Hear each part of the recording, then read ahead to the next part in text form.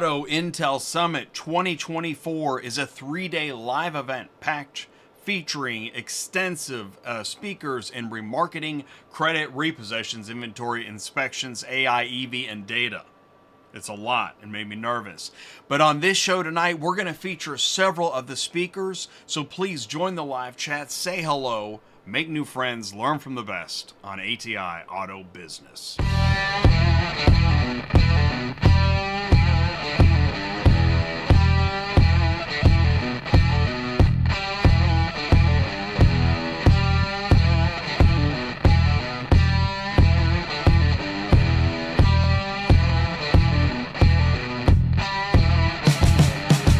What's up, ecosystem? Welcome back to ATI Auto Business Tuesday Nights Live, where everyone learns more about the automotive industry. So let's get started with some top industry news. Please do feel welcome to the show tonight.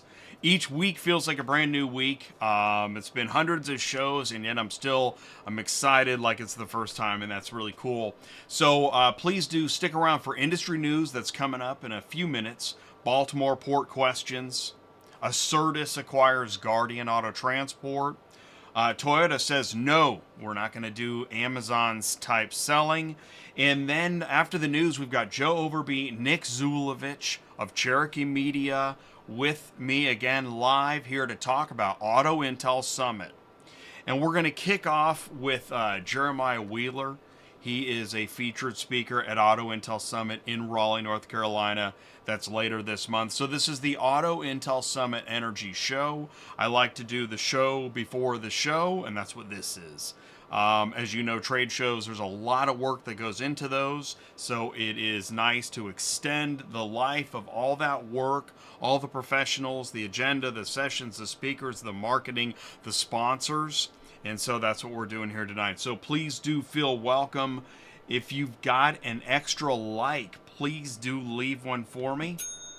Thank you so much. You can click share. You can click copy. You can grab that YouTube link. All right, here we go. Let's go into... I won't do the drum roll yet because this is Auto Intel Summit 2024. So glad Jeremiah Wheeler can join us tonight. First time on ATI. Jeremiah is the president of DRN MVTRAC.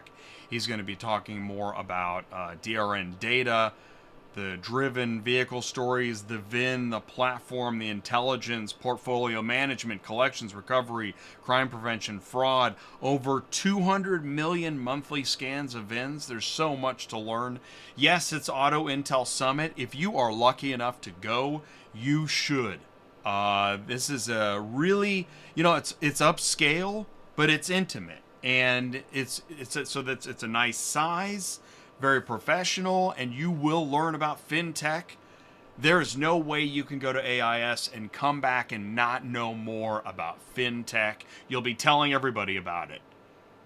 So we got some speakers. We have several speakers on tonight's show. This is really neat. And shout out to the sponsors. Listen, if you don't know right now, you're like, what, Jay? I don't know what you're talking about. You do know some of these companies, and you may want to learn more about them. What are they about? Who's on the team? And what do they do at the show? So stick around. You're going to learn more. We've got Joe Overby. He is a senior editor with Cherokee Media. We've got Nick Zulovich. You know Joe and Nick. You know the podcast guys, the Auto Remarketing podcast. And so we're gonna kick off with them here in about 10 minutes. We've also got Alain with a.im. a.im is a recon service, factory in a box. We're going to learn more about that. Alain's with us. Here's aimrecon.com. You can go there right now. We've got John Foley with us tonight. John Foley is with Recharged. So we're going to learn more about Recharged. He's a speaker at Auto Intel Summit. Micah Tindor with Kelley Blue Book, who was on the show a couple months ago. He's a featured speaker at Auto Intel Summit. He'll be on the show tonight. Neil Alliston is with Ravin. That's AI Vehicle Inspections. Neil is a featured speaker at Auto Intel Summit. He'll be on the show tonight. And also you can learn more about Ravin. John Possumato, DriveItAway. He is a featured speaker at Auto Intel Summit. He is on the show tonight. You're going to learn more about DriveItAway. So this is a huge show, and we want you to know your ecosystem. Whatever sectors of the vertical you have questions about. So I was just talking to somebody who's like, so tell me more about what you do, your business. I said, well, what I do is, I see a lot of media that's focused on a vertical. So I made a media to try to connect the verticals. And he said, oh, okay, so you're kind of a bridge. That's right, we're a bridge. ATI Auto Business is a bridge. So if there's vertical you want to learn more about, you can kick back and relax. As somebody else said, this show is super chill, and it is a chill show. And if you like thinking differently, you will love ATI.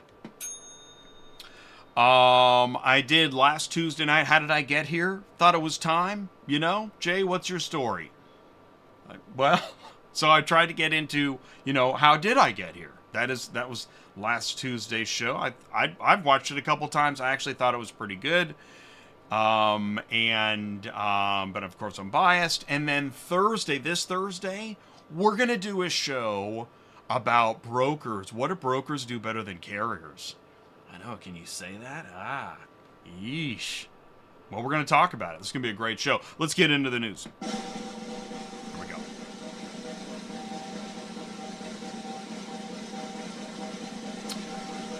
Okay, so we know that, by the way, mic check 1, 2, 3, we're good? Hey, what's going on? Repo, Ryan, Brianna, what's going on, you guys? Do we have any trolls in the live chat? No, we're okay? All right, cool. Oh, what is Jay talking about? Huh. Well, stay tuned, I guess. Automakers to face shipping disruptions following Baltimore Bridge Collapse. Now, okay, so this headline is certain, sounds pretty certain that automakers are facing disruptions. That would seem to be true. Baltimore Port disclosure puts truck bind, so car haulers in a bind.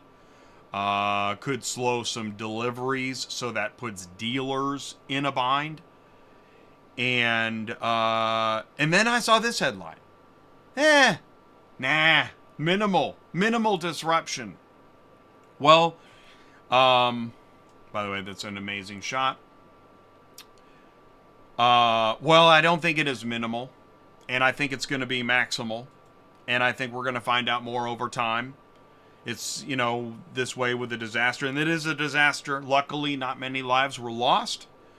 It sounds like they had about 90 seconds warning, which is great. It's amazing what you can do in 90 seconds. And so let's look at some of the stats. I'm actually going to dive into this further on another show, but here's a few stats according to the Maryland Department of Transportation. It's the top port in the U.S. for vehicle transport, with approximately 40% of all shipments auto-related.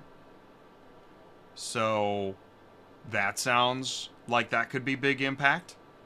Baltimore is the 9th busiest port in the nation for international cargo, but it leads the U.S. ports in roll-on, roll-off, which is basically goods with wheels composed largely of automobiles, but including construction and agricultural equipment. That sounds pretty impactful. During a briefing of the bridge collapse, a representative said state and federal officials estimated the port's closure would cost the economy at least $15 million a day. Sounds pretty impactful. And even Joe Biden said it's the top port in America for both imports and exports of autos and light trucks. Around 850,000 vehicles go through the port every year. Sounds pretty impactful. So we're going to be talking more about that. Where automotive meets logistics and the tragedies that ensue. So we'll be talking about it. We're going to do a show on industry logistics about it. So stay tuned for that. This just dropped. ACERTUS acquires Guardian Auto Transport. If you haven't already heard the news, breaking, I think this was yesterday, Logistics as a Service platform ACERTUS made its 6th acquisition, announcing it Tuesday that it purchased Guardian Auto Transport, strengthening its platform with best-in-class logistics, now supporting large format vehicles. They keep adding to the suite.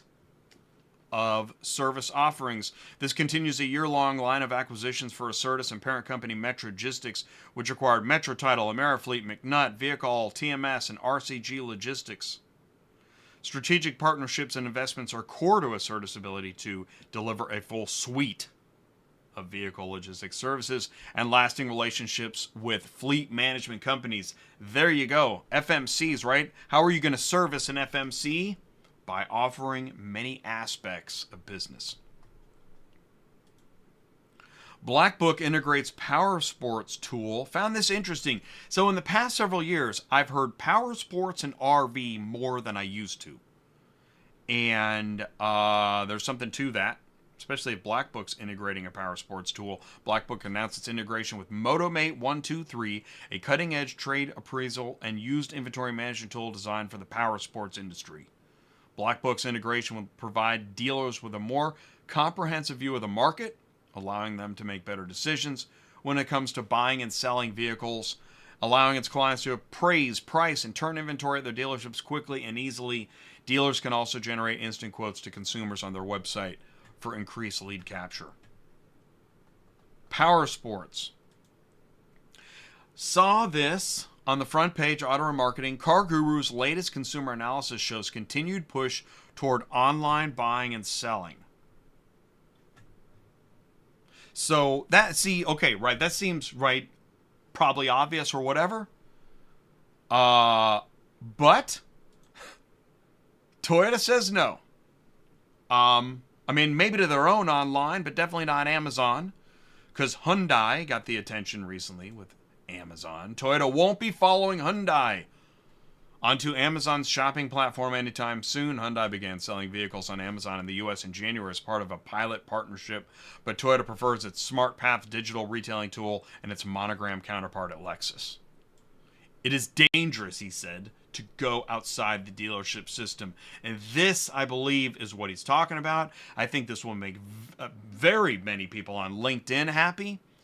We're a very dealer-oriented system. In fact, there was a show I was doing, and I looked into the past. Right, there was a time where that had to be developed, and where OEMs were very interested in helping to develop the dealership system. And then over time, it seems like it's become a tug of war. It's like carrier, broker, OEM, dealer. Just can't please everybody all the time, can you? But now with other online shopping systems, AI, smart vehicles, gosh, what will happen? Stay tuned, I guess. It's part of the joy of the ride. And finally, I saw this. High rates and negative equity hamper Q1 auto financing. When I saw this headline, now subprime is one of the published sources, shall I say, of Cherokee Media. And so Nick Zulovich is going to know more about this. This is going to be, I would imagine, a topic at Auto Intel Summit as well. So we're lucky this is the Auto Intel Summit Energy Show. And do me a favor, stick around right after this. We're going to be live with Joe and Nick. We'll be right back. The evolution of transportation. In the beginning of car shipping, there were stone tablets and woolly mammoths, very primitive vehicle delivery. Then, horse-powered haulers with mile-long paper BOLs causing enormous time hassle and massive stacks of paperwork for dealers, shippers, and carriers. What were we thinking? But now, with modern technology and cell phone mobile apps, simply click a button, order quick, reliable auto transport to pick up and deliver your cars safely and on time. It's instant car shipping at the best market rate. Start saving money today and get signed up. Visit oneauctionview.com. Are you completely stressed out from all the calls and the contracts and the verifications of loads where nobody ever answers the phone? Call Murphy Auto Dispatch Services today. Murphy Auto Dispatch Services has over 15 years in the transport industry. We are your office while you are on the road. We book, we verify, and we bill out your loads for you. We have an excellent accounting staff and an even better dispatch team. Give us a call today at 417-273-0021, or if you want to email me, it's murphyautotransport31@yahoo.com. Give us a call today.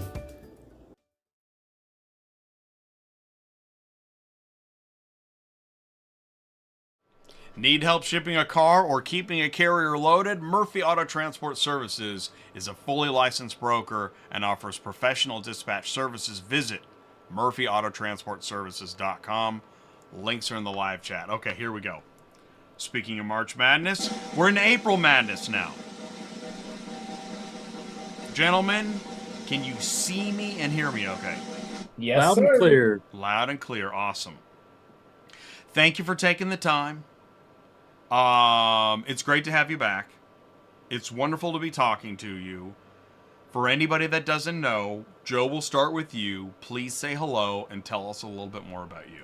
Yeah, absolutely. Jay, thank you so much for having Nick and me again. We always enjoy chatting with you, and it's fun to be friends of the program now and have after a few guest appearances here. But I'm Joe Overby. I'm the senior editor of Auto Remarketing and Auto Remarketing Canada at Cherokee Media Group, and I work with Nick and Bill and Justine and a few others to help sort of set up the agenda for Auto Intel Summit and all of our conferences like Used Car Week, Canada's Used Car Week. And as a side note, I am a very proud and excited NC State alum, and we've got two teams, our men's and women's basketball team in the Final Fours this weekend. So go Wolfpack. Pretty excited. I concur. Go Wolfpack. You know, I've been watching. My oldest son is in sports media. Oh, cool. And he has gotten me into, because I really, I wasn't watching a lot before, but I'm really into it. I'm loving it. And yes, I consider you a friend of the program. It's awesome to have you here. Thank you. Good to be here. Yeah, so cool. Nick, please say hello and tell us a little bit more about you. Hello, everyone. Nick Zulovich here. Very similar bio to my esteemed colleague, Joe Overby, also senior editor at Cherokee Media Group. Do our best to keep tabs on what's happening on this ever-changing car business, be it wholesale, retail, finance, compliance, collections, etc. Never a dull moment, to say the least. And very grateful to be back on with you, Jay, to talk about what's happening nowadays, as well as the great event that we have on tap beginning April 23rd in Cary, North Carolina, the Auto Intel Summit, the National Remarketing Conference. Thanks again for having us. Man, thank you so much. Let's do this then. Let's go ahead and I think I have it queued up here. I have a screen. Let's bring up the Auto Intel Summit.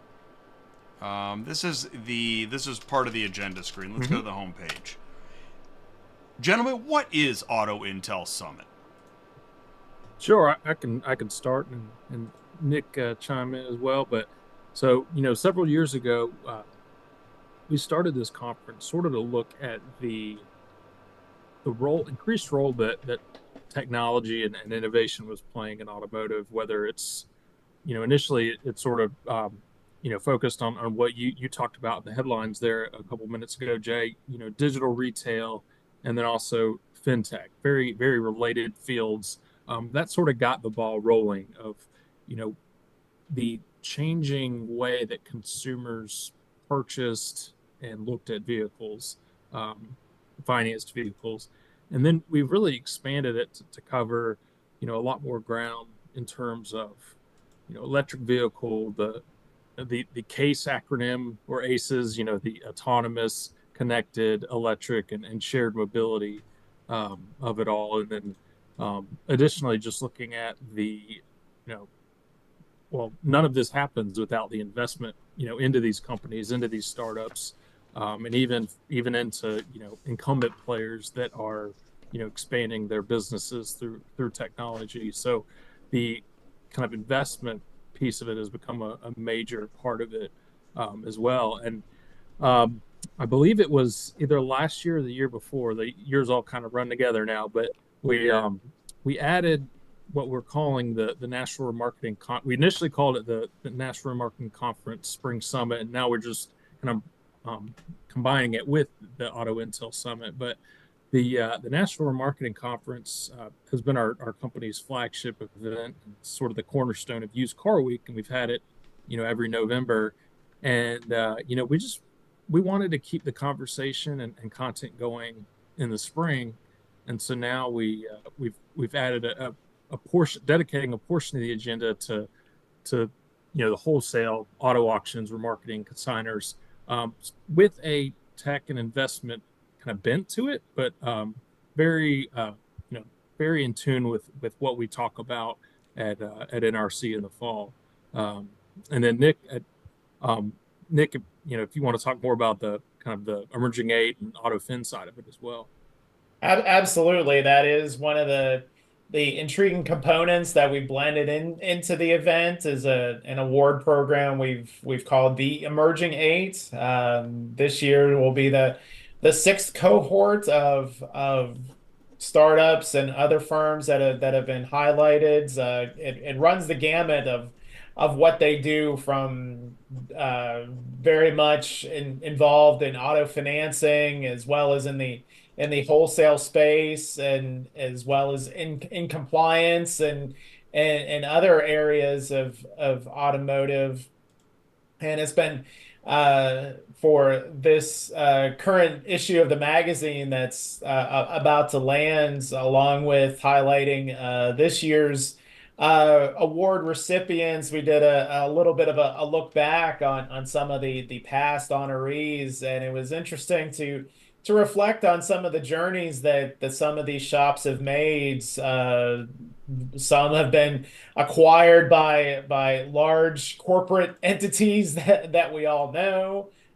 Some continue to blaze their own trail, forging industry partnerships and such. And then some others have had their challenges, as many startups do, especially navigating through the pandemic. That was a black swan event that I'm not sure any of us anticipated, and were impacted greatly, to say the least. So it's an intriguing part of what we try to bring together. And Steve Greenfield from Automotive Ventures, that's certainly well known, and definitely very grateful to call him an industry friend on behalf of our shop, is kind of a conversation leader in that endeavor, since he's very much involved in the investment world, as Joe mentioned, as well as working with startups and that sort of thing. So it's it's gathering of about 300, 400, 500 folks. Not quite as big as Used Car Week, but still a sizable event. And I think I can safely say, Joe, that you and I are probably last and second to last in the intelligence chart of attendees. It's definitely a very forward-thinking. No, that's how I felt when I was there. The brains very much in the a room. forward-thinking, Yes. highly intelligent crowd, to say the least. That's not only on stage, but mingling as attendees as well. So we're very excited for what we're looking to orchestrate over a 3-day stretch, April 23rd, 24th, and 25th in Cary, North Carolina. I will say that, because some people ask me, so what's maybe the intimidation factor of one show versus another show? This show can be very intimidating. You have to be on your game, right? Why would I say that? Because, right? I was gonna say, I think it is very much, in addition to it being, as Nick mentioned, just super smart people there and speaking at it and attending, it's also very much kind of more of an executive level crap. It is a, for lack of a better word, it's kind of a boutique conference. It's not, it's not on the same scale by design as Used Car Week, where we can have upwards of 1,600 people there. It's not, certainly not NADA, where there's 20,000 people there.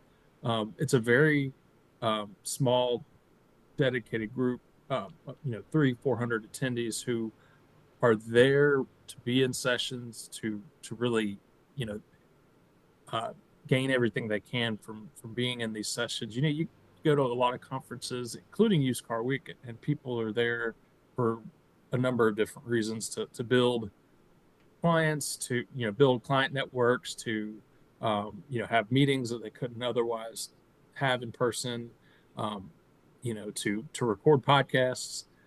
This one, I think people are really there more than any conference we put on. People are there really for the agenda and for the networking certainly part of it, but for the education part of it. I think it is maybe one of the most engaged crowds in terms of people in session, paying attention, that sort of thing. When I was there first, I want to say 2019, something like that. And thank you, Bill. Shout out to Bill Zadites for his generosity, kindness. He helped me see my first Auto Intel Summit show and experience it. And I think I remember John Possumato speaking, and I think it was Terry Shabesta was speaking in a room. I think Tim Cox was also speaking in a room. And there's maybe 30 people, and getting right down to business and talking at a high level. I was taking notes. I learned a lot, and I thought, man, this is really an amazing show. And then everybody I met in the hallway, was either an executive or a VP or somebody in finance or investments. I mean, really awesome, which made it an amazing opportunity, because you talked about Emerging 8, Steve Greenfield, and investments. If if you're ready to go and take your business to the next level, this is an amazing conference. Absolutely. Thank you for saying that there's very kind words and anecdotes, and just to carry on with what Joe had mentioned, I think your experience speaks for itself, Jay. Is that folks in automotive and frankly other parts of business too, they can't be successful being bashful, and we try to make it an atmosphere that there's a lot of engagement that you just described, that the speaker faculty is a very engaging group. There's question and answers that happen not only during sessions, but in those hallways, as you mentioned. It's definitely we try to provide a fertile ground for conversations to be had, and what it germinates into, be it new relationships, new business development, new knowledge, whatever the case may be. It's fertile ground to be plowed, and we're very thankful to be able to offer it. Yeah, and I think to your point, Nick, I mean, a big part of the reason why so many people there are engaging, at least a small part of that, is because this might, for a lot of attendees and even speakers, this might be the first Cherokee Media Group conference they've been to, or even first automotive conference they've been to. So naturally, if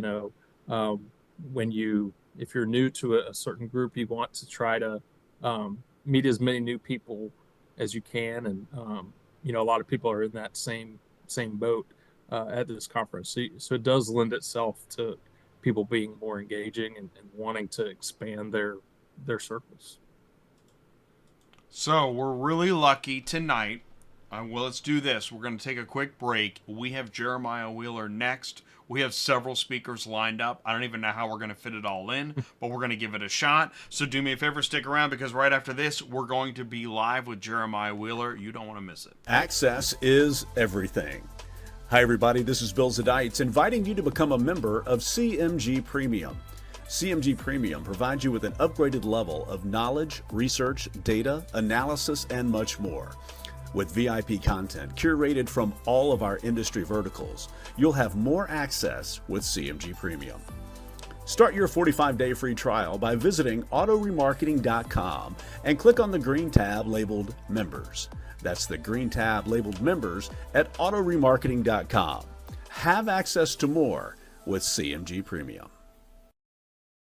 Transport Auto Quoter is by far the leading auto quoting software on the market, and the only auto quoter with a pro version that comes preset with accurate pricing for anywhere in the U.S. So you don't have to worry about it. The best part is that no change with your current software is needed. Just plug TAQ in and start booking jobs. Carriers can easily plug TAQ into their current websites and start making money right away. I bet you're wondering how we do this instantly and accurately 24/7. Well, constant analytics is the key. Our Price Watch team is constantly monitoring current market conditions, paying close attention to seasonal and quick-moving industry changes. At the end of the day, it takes a lot of time and data to maintain good pricing, time that most of us just don't have on a daily basis. So free yourself up. Using TAQ Pro is really a no-brainer. Save time and money, maximizing your leads and optimizing your online investments. You'll finally be able to sleep well at night knowing that TAQ is on the job selling for you 24/7. Never missing a potential job.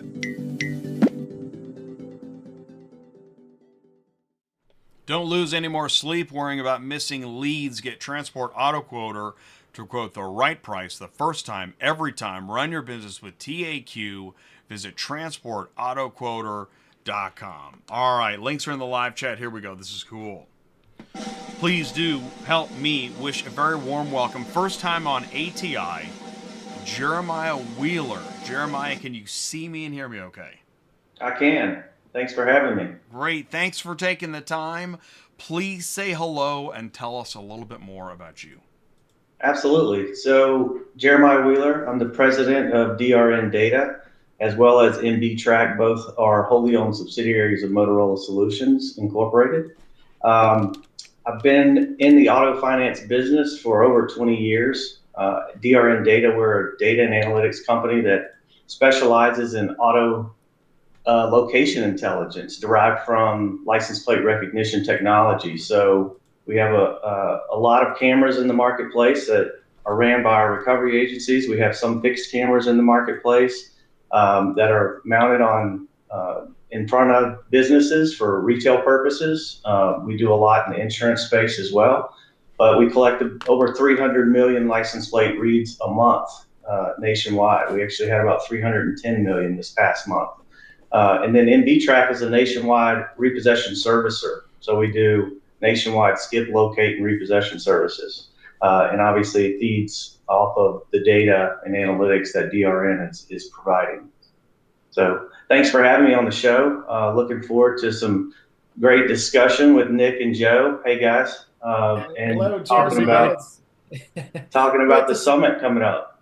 Absolutely. It's great to see you as always, my friend. And as you referenced, a lot of data and analytics is right in your wheelhouse. But I'm excited about the conversation that you and I and two other distinguished industry folks will be having at the event, kind of delving into the human side of things, of entrepreneurship and development. If you could just please give us a little preview, some of the thinking that you had with trying to put this panel discussion together that kind of brings a little bit of a human element side to all this investment, fintech development and such that will be very much discussed at the event too, but it takes people as well.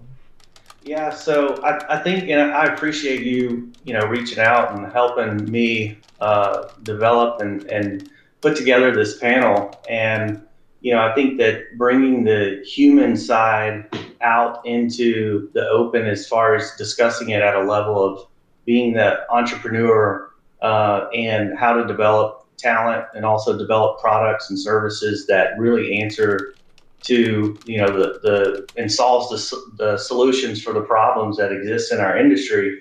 It's a tough thing to do, but it's also really awesome to talk about. And so when you brought it up to me, I reached out first was Stephanie Hansen, and I said, hey, that's one of the first names that comes to mind whenever I think of really smart technology executives that have done really well and knows how to build a business and build a product. And so, and then Stephanie kind of helped me take it from there and build the rest of the panel out. And then, I think talking about some of the, things that we do as business leaders that really drives us to get up every day and burn the candle at both ends, if you will, is really something that I'm looking forward to. And I think it's a passion that some of us have that really drives us to be in another arena as far as just kind of focusing on the future and not getting bogged down in the current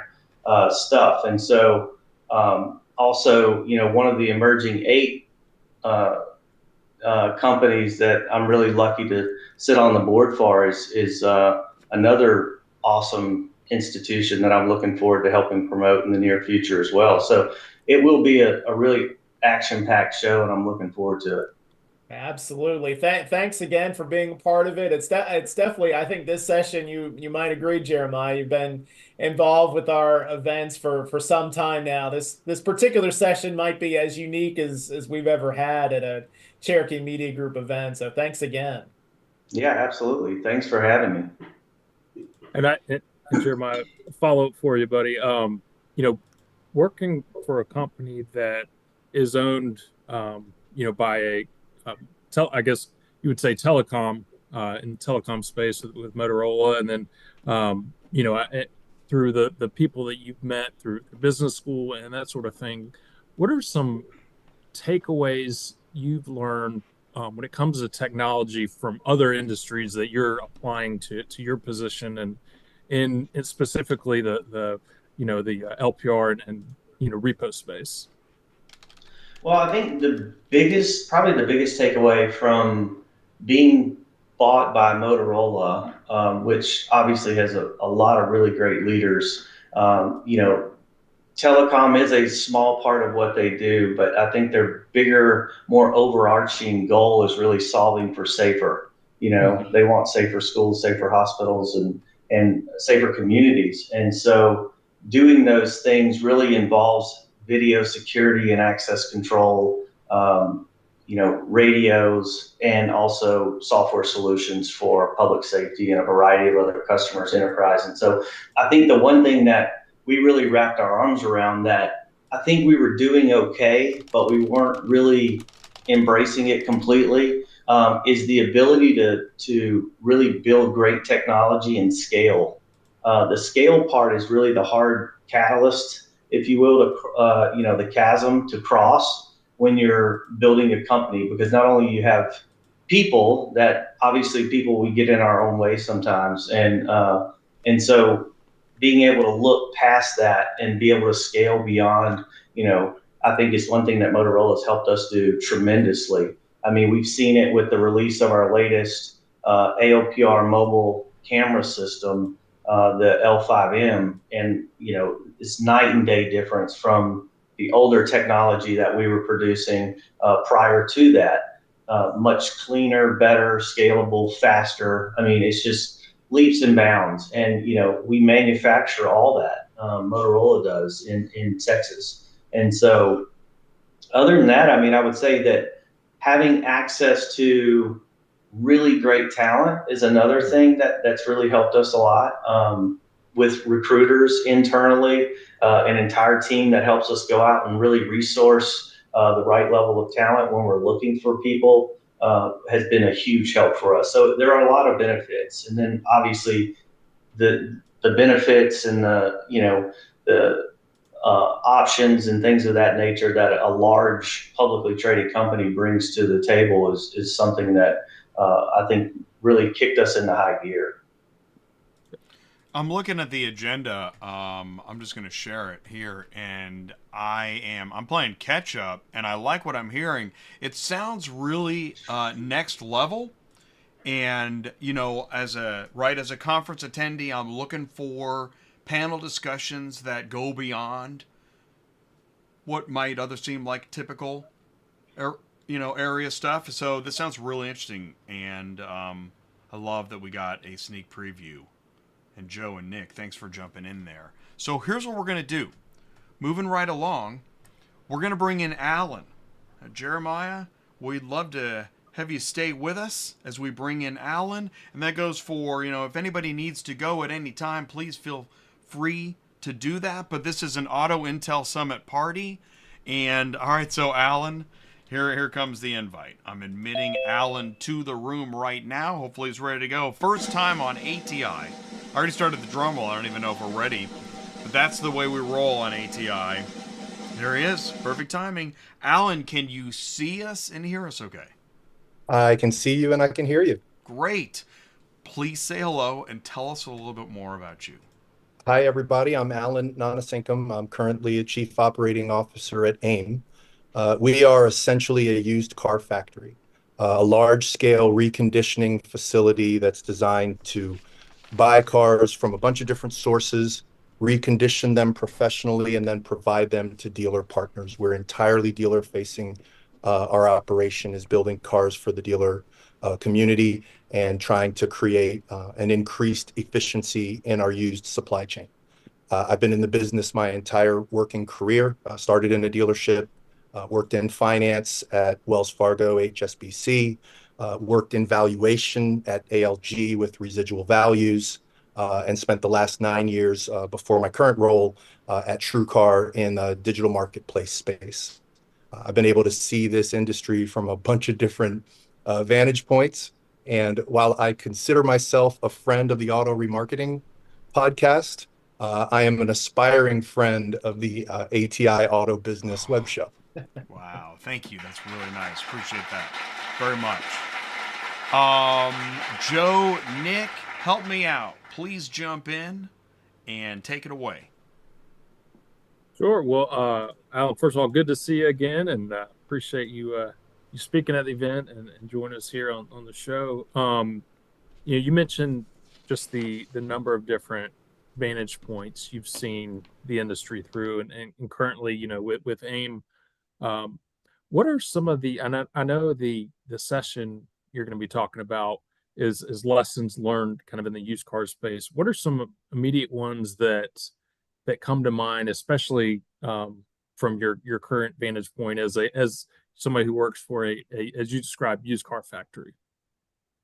Yeah, so I think it's safe to say we've probably seen 20 years of evolution in the last 3 in our industry, in terms of how rapidly things have happened. But let me take a half step back and to explain what I want to talk about with the audience.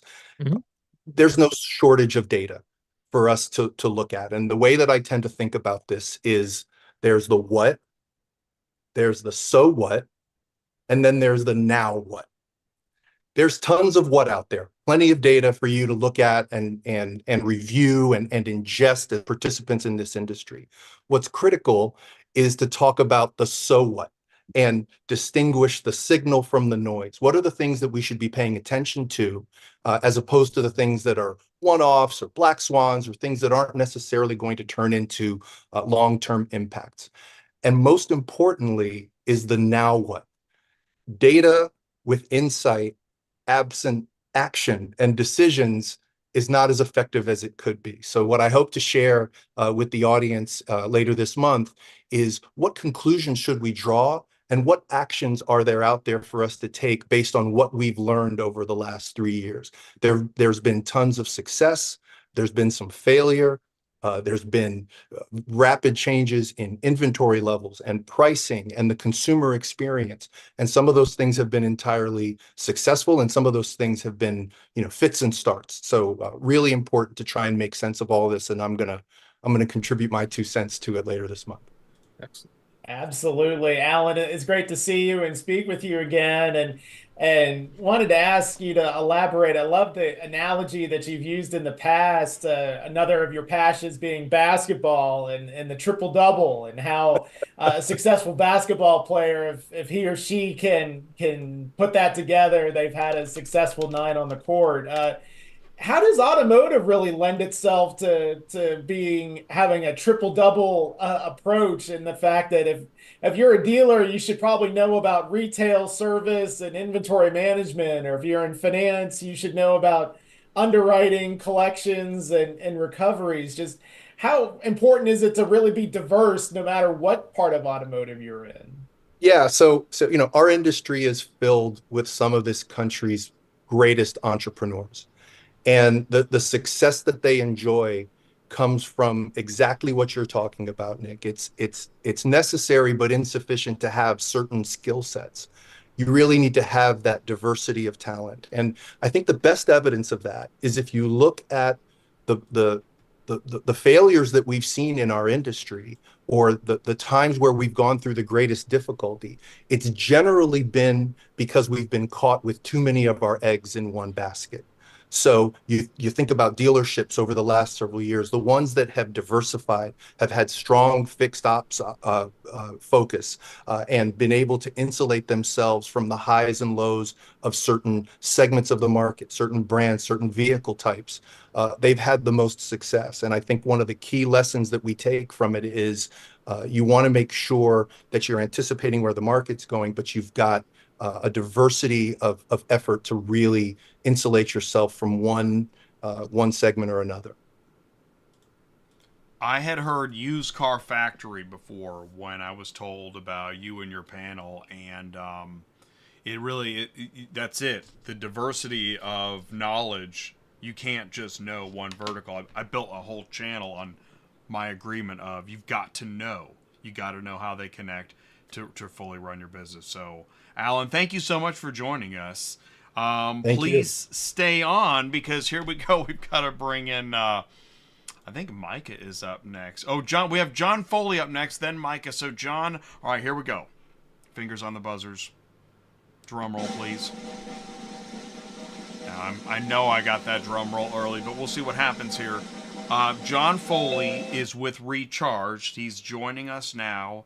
And these are everybody here is a featured speaker at Auto Intel Summit in a few weeks.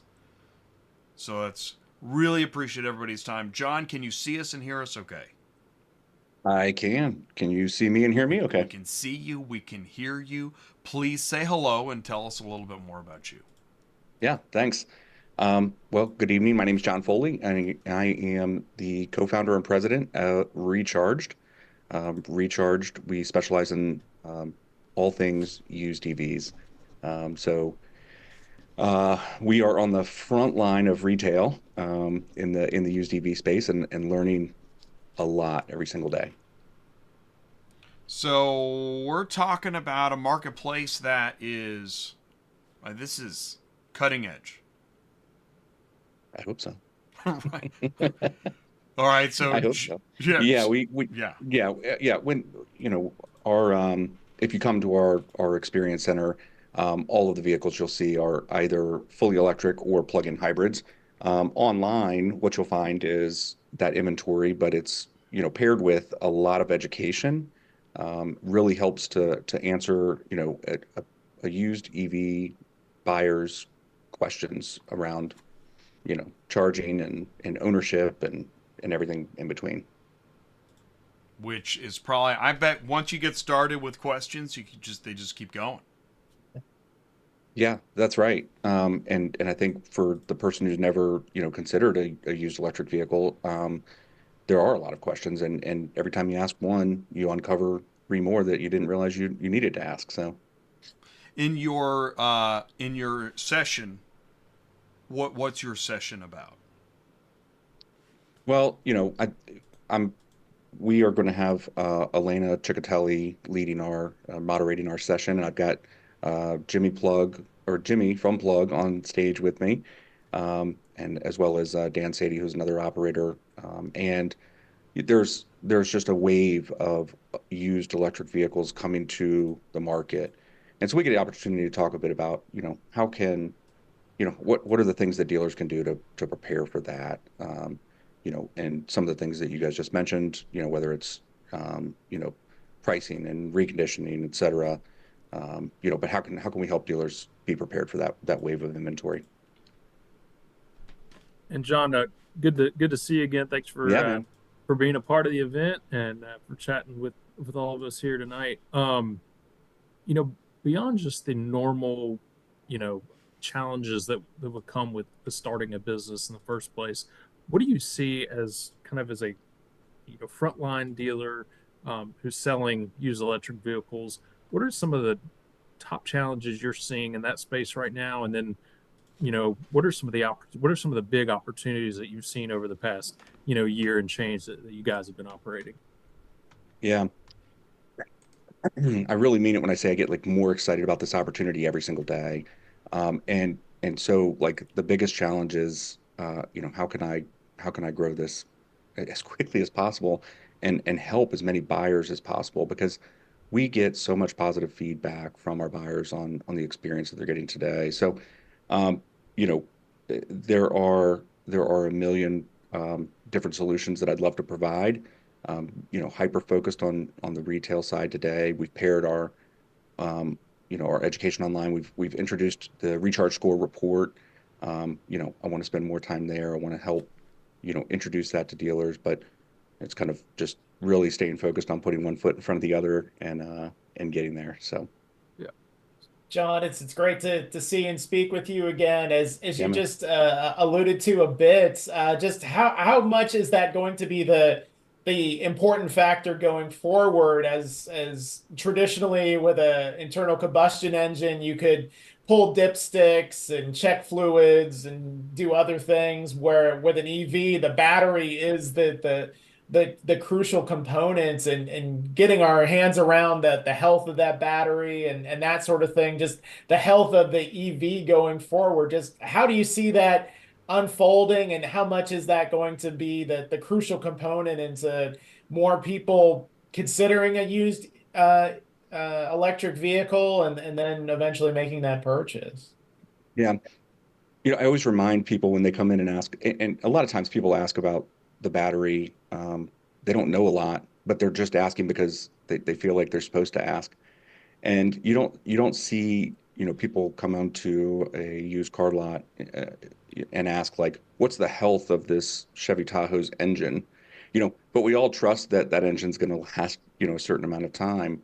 And so I think that the day will come in the future that, we all have a bit more confidence in the performance of these batteries and their life, and that question will stop being asked. For me, when I think about all of my frontline experience in the used car space and building out that recharge score report, the battery is just one component. And how do I, as a buyer, how do I take that information and pair it with the market pricing and the history of this vehicle, and decide like, is this a vehicle I should consider or not? And so that's where the recharge score report was born. That is an And- awesome point about the engine. That's really interesting. That this is seems like such a new area of concern, anxiety, and worry to get into, that then the questions just really run.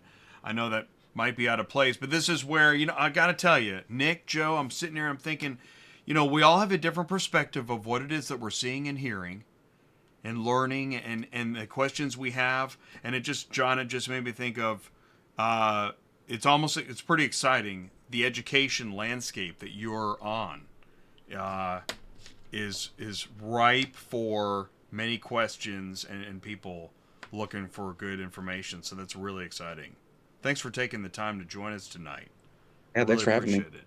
I'm trying to keep moving quickly because I don't want to take any too much time from anybody. We got 3 more guests, so here we go. Let's jump into the next one. This is pretty amazing. He's back. Micah Tindor of Kelley Blue Book. Micah, please get ready. Here we go. We're adding Micah. And this is an Auto Intel Summit, featured speakers, live. Probably the first time this has really been done, I'm thinking. Micah, can you see us and hear us okay? I can indeed, Jay. Can you see me and hear me okay? We can see you. We can hear you. It's like the podcast stage live preview, right? I know. I'm But excited about it, Jay. Good to be everybody- with you again, Nick Thanks, and Joe. Micah. Good to see you guys again. Jeremiah, Alan, John. Looking forward to meeting with you guys here in a couple weeks. Micah, do us a favor. Please say hello. Tell us a little bit more about you. Absolutely. Hello, ATI Universe. My name is Micah Tindor. I have responsibility for the Kelley Blue Book Instant Cash Offer business within Cox Automotive Inventory Solutions business. And really what we're focused on is maximizing dealer returns on every vehicle. And what we've seen in the data is that for a lot of our dealers, some of the best and most profitable inventory is coming out of the service drive. And as The new car market's really picking up from a day's supply perspective, meaning we have a lot more new availability. We're actually seeing used car availability shrink in market. 1.4 million vehicles less off lease this year than last year. We're looking at 44-day used car supply. So what we're hoping to chat about at the little later this month is how you can build a service drive acquisition strategy that benefits your variable ops and your fixed ops department to really drive that profitability and get those used vehicles in a time where we're hearing from a lot of our clients used vehicle availability is really a challenge again. Yeah, the timing is good there, Joe. Well, Micah, thanks for being here with us. And the title of your presentation is Making Strategic Wins in Your Service Drive. And I imagine, when you say wins, those wins can come in different forms. What are some of those wins that a dealer can have, in their service drive when it comes to acquisition? I think the primary win starts with building an aligned fixed and variable ops benefit strategy. I think a lot of times when a dealer looks at a used car acquisition strategy out of the service drive, it's either heavily focused on variable ops or fixed ops. And it can be preference to fixed ops to the detriment of variable, preference to variable to the detriment of fixed. So I think the first and biggest item that they can focus on is building a strategy that benefits both organizations. A strategy of when the vehicle should stay with the consumer and it should be run through and get that RO revenue versus when it'd be better to help that consumer by flipping them into a used vehicle. I think the other thing that's a really interesting opportunity right now is figuring out how to solve the pay plan problem. Talking about how to acquire used cars from your service drive is not a new idea, right? We've been talking about this forever. Dealers have been doing this forever, but where there's a challenge is the fixed ops department's paid on ROs and used car department's paid on buying units. And if I buy a unit out from under a service writer, that revenue's coming out of their pocket. So I think the second area of really tremendous opportunity is to build an aligned pay plan that benefits both sides of the house and drives that aligned strategy from the dealership's perspective. Not looking at it as what is best for fixed, what's best for the variable, but what's best for the dealership in building an aligned strategy. Yeah, to your point, they've got to have incentive. If somebody's, making money off of how many ROs they have, they need incentive to be able to, being willing to buy those vehicles as well. Yeah, 100%, Joe. You're only going to get as many opportunities out of the service drive department as your service team's willing to help you facilitate. Yeah. So you really have to build that line strategy. And what's interesting with technology, it's a lot easier now. Everyone is running a full gamut of tech stacks. And there's an opportunity to unite your inventory management solution, your service drive solution, and whatever you're using for appraisals into what would make it a much easier process than it has been in the past. And that's one of the things that I think is a really interesting opportunity right now, where 5 years ago when you did this, it had to be a manual process. Now there's an opportunity to do it digitally and really reduce the level of change management that all of our dealer partners have to undertake for a new program. Micah, it's great to see and speak with you again, and thank you again for making the time tonight as well as during the events later this month. And as I'm formulating this question, I'm not trying to be the Debbie Downer of the group, but I have the Price is Right sound effect in my head of that perhaps it's a vulgarity of negative equity of that situation. Just how important is it to maybe be cognizant of that as perhaps that beautiful Denali Yukon Denali ends up at the service drive, that perhaps the person who wheels it in is maybe $5-6 grand underwater on that vehicle? Just not trying to derail the potential there, but how much do dealers have to be cognizant of that element? Nick, that is one of the most pertinent questions right now. If you think about vehicles that were sold in the second half of 2020 through the first half of 2022, almost all of those consumers are underwater because you bought above MSRP by a couple grand, most likely. And as we're nearing the 3-year flip mark for those vehicles that were sold in late 2020, not just off lease, but used vehicles as well, more and more dealers are going to have a strategy how to move somebody who's underwater. And what is interesting about it is that's where some of the greatest opportunity exists in the service drive. And the reason for that is as you go into the process of identifying who's coming in for a service appointment and do they match my inventory stocking strategy, you also have the ability to do a little quick math on where was that vehicle likely sold, where's the likely payment, and start to identify, is this something where I'm going to have to help them? Or is this something where they're likely in a good position, equity position in the vehicle?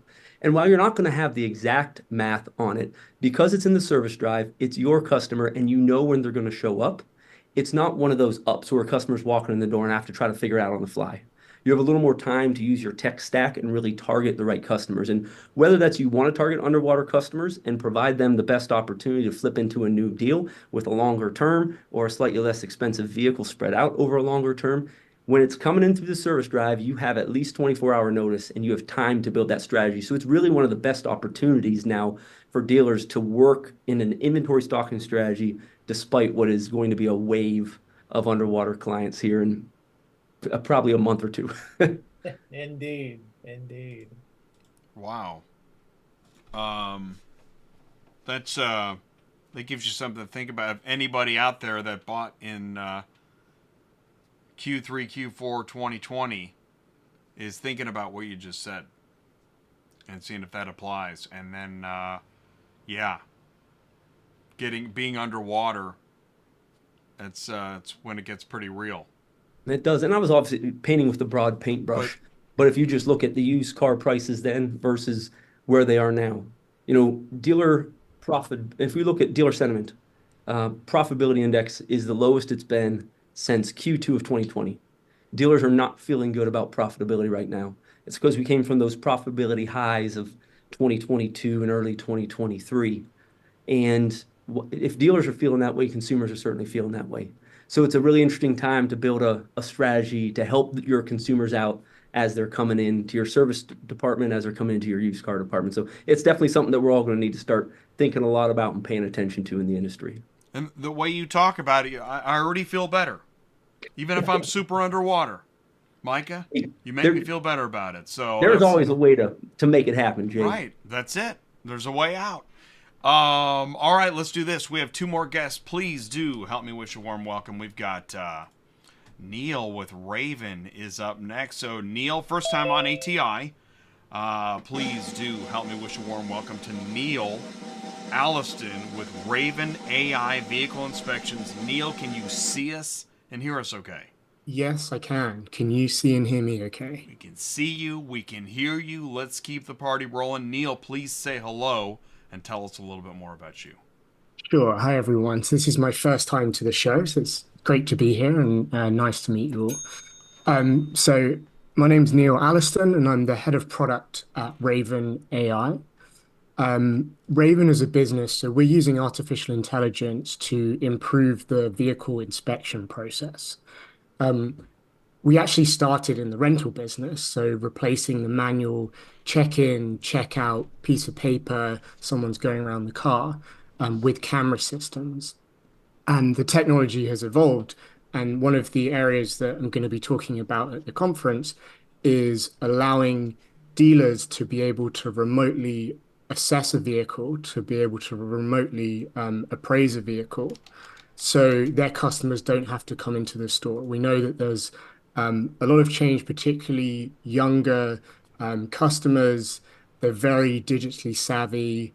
They don't necessarily want to come and have the traditional experience, and we're providing tools to help dealers to engage with those customers and compete with the digital first platforms. So it's an exciting space. As part of the talk, we're also going to talk more generally about artificial intelligence and where it's going and what's hot and what's not, and hopefully kind of impart a little bit of insight. So my background is I've spent the last 10 years building AI products, primarily for large industrial sectors. So Ravin was started around 5-6 years ago, and that was my first real experience of mobility in automotive. So it's been really interesting learning and applying some of those learnings from outside of the industry. And yeah, I think we're going to have a really good conversation at the show. Wow. Neil, it's good good to meet you, and great to have you as part of our event. Want to get a sense of, so we talk about Micah just talked about getting the consumers who are in the service drive, you know using that as an acquisition technique. As part of that is also the just acquiring vehicles from consumers, whether they're a customer or a service customer, or purchasing a new vehicle. They're just cars that are on the street, just going simply to get those cars from consumers. To what degree does that appeal of buying cars from the public kind of go hand in hand with what you guys are doing? Yeah, I think it's a key driving factor. So it's a great question, and clearly the cars from the public, getting that inventory, it's appealing inventory. It can also lead to a sale, so there's some potential upside. Same from the service lane. But up until now, the process has been fairly manual. So mailers have gone out and the emails have gone out and trying to get someone into the store. Now, there are sometimes for logistical reasons, people can't get into the store, but also just for preference reasons, people don't necessarily want to come into the store. So this is a big opportunity with the dealers that we work with. They're very excited about this as a possibility. And we're just trying to provide them with the tools to make that as easy as possible. And one of the big challenges is, as someone who's trying to sell my car or trade in, I don't want to spend a ton of time like doing the inspection for you. So it's how efficiently, how quickly can we get the inspection data? Can we augment that with our artificial intelligence and then provide it to a dealer so they can actually put a number on the vehicle? So it's not about just providing a general price. It's about actually something that they'd be comfortable writing a check. Neil, thank you so much for your time tonight, as well as making time for the Auto Intel Summit. Tapping into your industry expertise and experience, just about AI in general. Just how important is it that we all keep in mind that it can be a tool when used prudently can benefit all? That's perhaps there are some out there that are frightened, to be frank, about what AI can or can't do and that sort of thing. Just how important is it for all of us, be it in automotive or any industry, to kind of keep in mind that AI can be a tool just like anything else when used properly? Yeah, so I think that last sentence really sums it up. I'd consider myself an AI realist.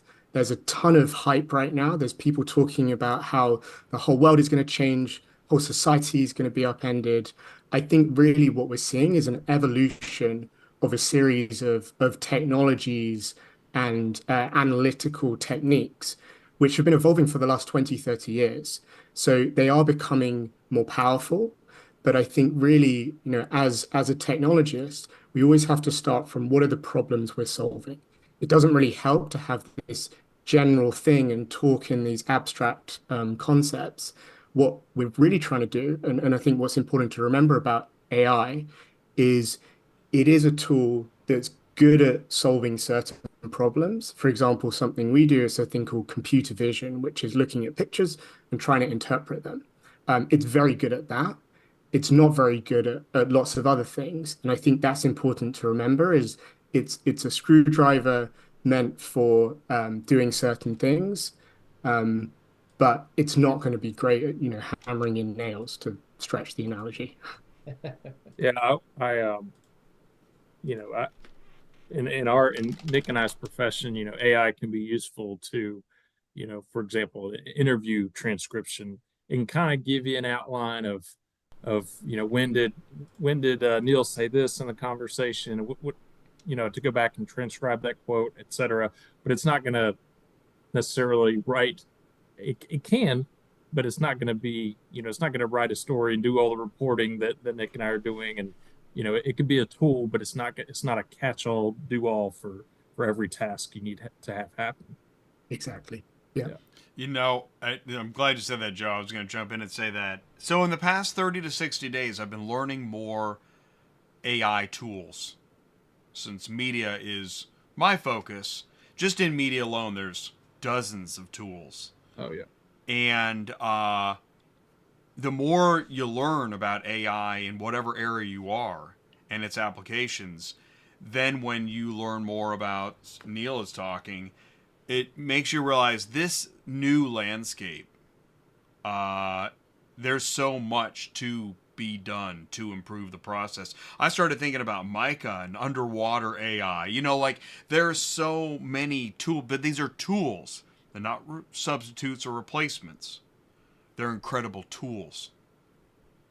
And it really is a whole new, I'm going to say landscape again, but I mean, it's amazing where we're headed with these adaptations of what we know as knowledge and how it helps our business. So awesome stuff, Neil. And I've learned a little with Aileron, and there was actually a video going around that I did with Aileron, Ravin on ATI. So it's great to have you, on the show. Thank you so much for joining us, Neil.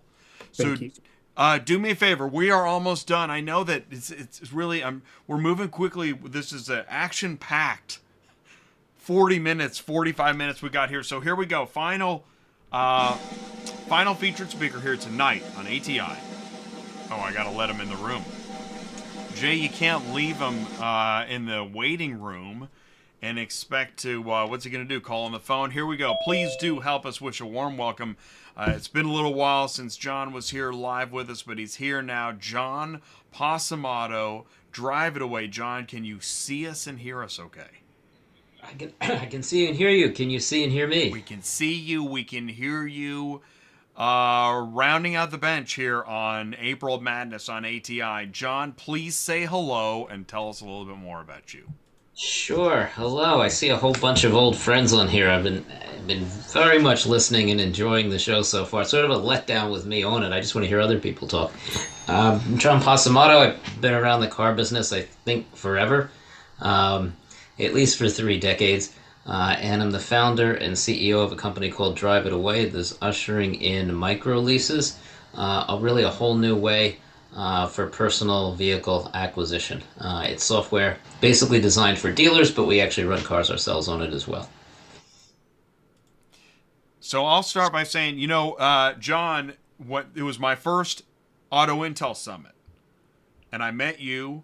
I think you were one of the first sessions I sat in, and then I think I believe I introduced myself to you. We talked a little. So the Auto Intel Summit, I want to hear, what do you have to add about this particular show? Joe said it's a boutique show, professionals, upscale. Tell us more about what to expect. Well, it's actually one of my favorites, and it's unique in that I describe it as where auto retail meets fintech meets smart money. Right? And you rarely get a show that has all 3 of those, particularly in a setting, as Joe said, where you can listen and evaluate and go to the sessions and meet folks. There's a lot of conferences that have one element or maybe 2 of those elements, and very few that have all 3. And AI Summit really carved a niche in that. And for companies like ours, right, which kind of cross the border, and a lot of other folks on this podcast or across the border of all 3, it's a unique experience, something not to be missed. Thank you so much for those kind words, John. Really great to see you again, and look forward to seeing you again in person later this month in North Carolina. I guess just from your general perspective, you and I we've touched on like the subprime credit tier and EVs, that some people think that those 2 categories can't have a relationship. Why is that a misnomer? Why is that misunderstood?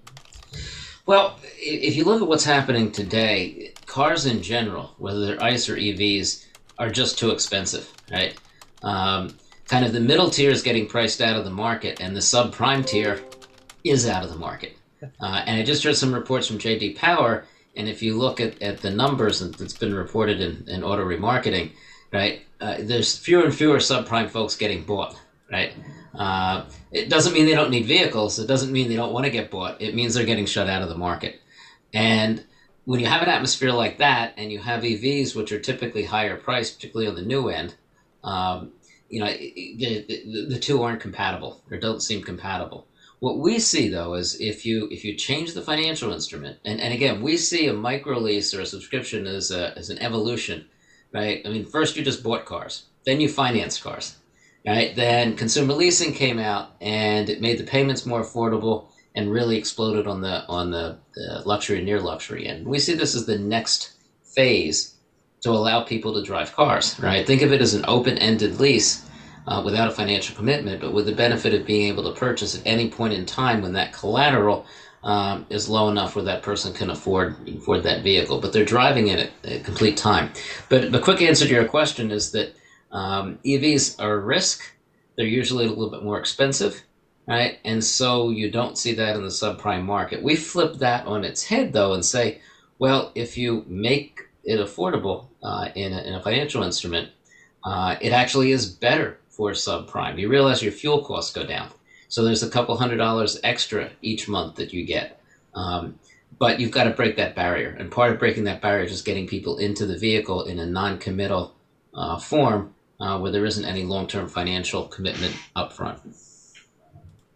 Well, John, your session at the Auto Intel Summit's going to look at the future of EV sales, and you're going to be, it's sort of a fireside chat of sorts with Jimmy Douglas, founder of Plug, which for folks who are new to that company, they're an online auction that facilitates the sales of used EVs in the wholesale marketplace. So, part of the challenge, we're seeing in the used EV space is the ability to predict residual values.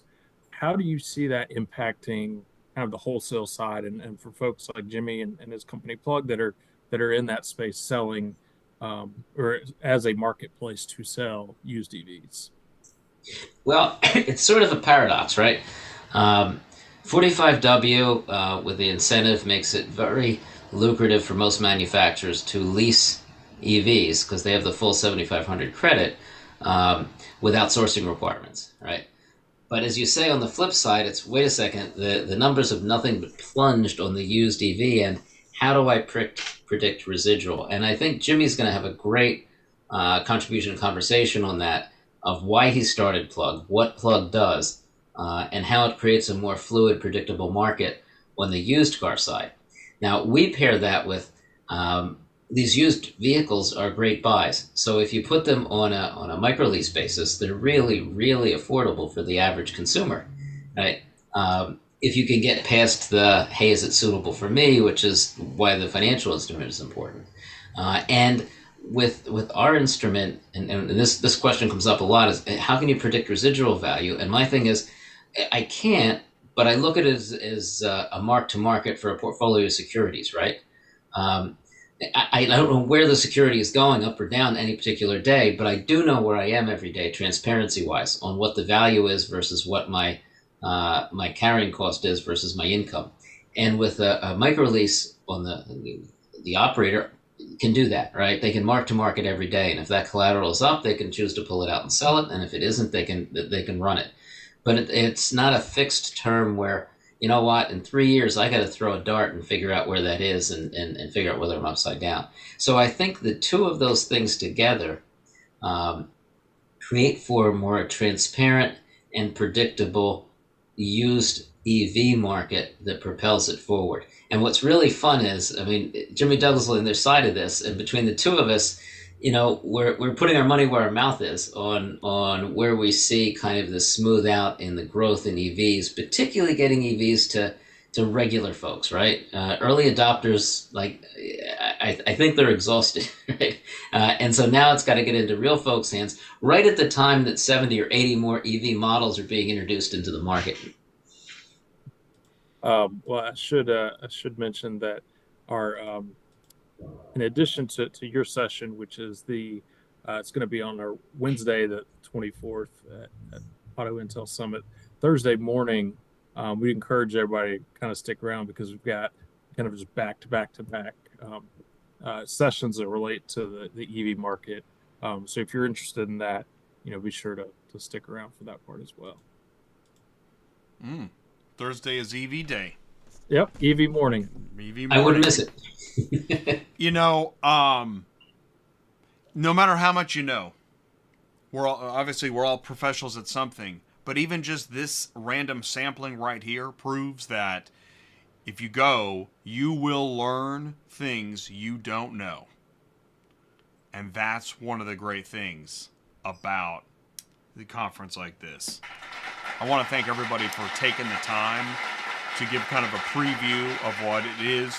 3 days at Auto Intel Summit. Take your brain pills, get some sleep, because there's a lot happening all day across 3 days. And I want to thank everybody so much for being here for this.